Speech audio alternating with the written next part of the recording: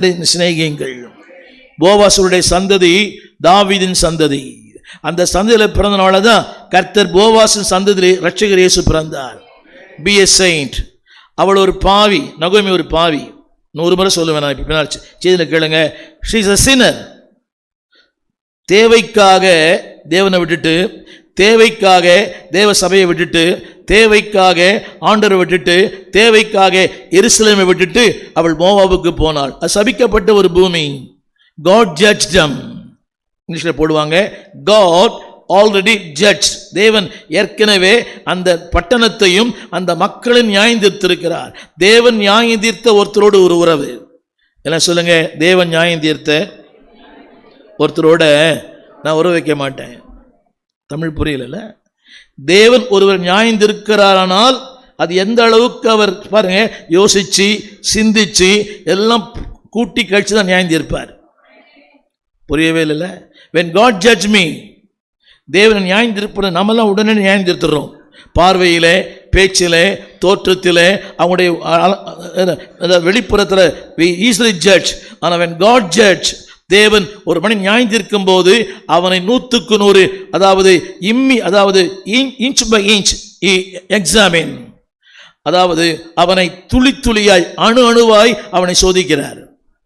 சொல்லுங்க, தேவன் யாரையுமே ஈஸியாக நியாயம் தீர்க்க மாட்டார்.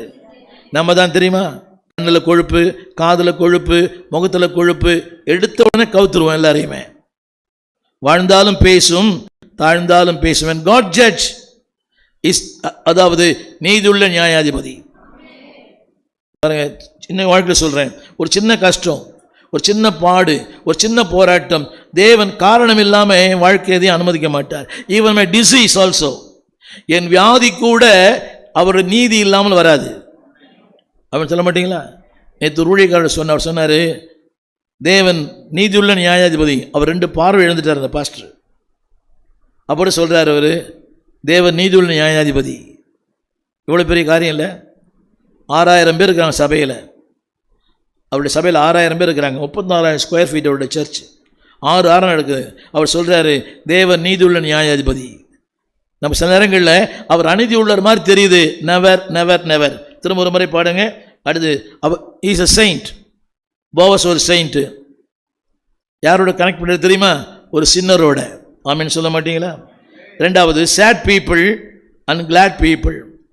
நகோமியினுடைய வாழ்க்கையின் ஆரம்பம் முழுக்க முழுக்க முழுக்க துக்கம்தான். கணவனை இழந்தால், பிள்ளைகளை இழந்தால், எல்லாமே இழந்து போனா. ஆனால் அப்படிப்பட்டவளை ஆண்டவர் கிளாட் பீப்புளாக கர்த்தர் மாற்றிருக்கிறார்.